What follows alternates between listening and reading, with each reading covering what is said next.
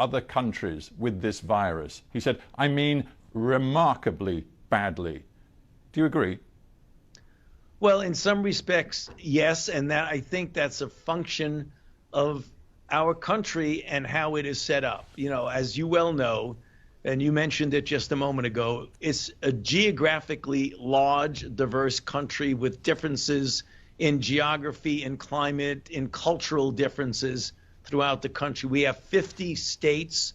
Our country was set up by the founding fathers based on a federalist system, which means that the states have a considerable degree of independence in doing things the way they want to do. Under certain circumstances, that works really very well.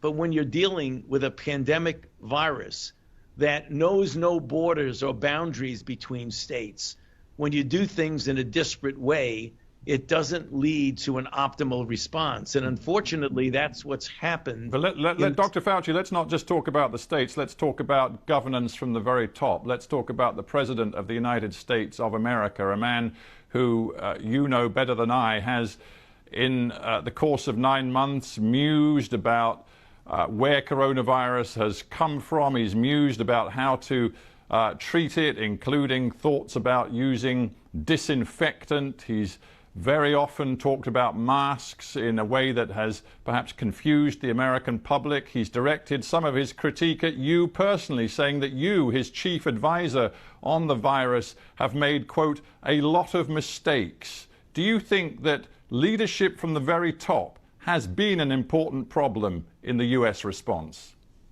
Well, you know, there's very little that I can do about that. I mean, obviously, when you have leadership that's consistent in a message, that does make a difference. But we have to work with what we have. And what we have is people like myself and my colleagues out there trying to get the correct information to the American public. You've had to put up with an awful lot over the last 9 months. You've heard crowds chanting "Fire Fauci" at various political rallies. You've had one of Trump's former advisors call for your execution and for your head to be placed on a pikestaff in the grounds of the White House. And maybe more seriously, you have had to live, you and your wife, with a federal security detail inside your own home because of security threats on you.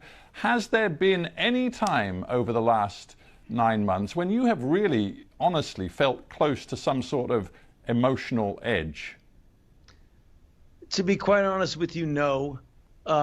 I focus on the problem at hand and my responsibility to be part of the solution to that problem and to do whatever I can to protect the health and the safety of the American people, but indirectly for the entire world, because often what we do here does impact the rest of the world. That other stuff is unfortunate, but I have developed the capability of not allowing that to distract me. So in answer to your question, I never really have even come close to feeling that I wanted to quit or get out of this or that I was at the edge of some sort of crisis. Not at all. I focus on what my job is.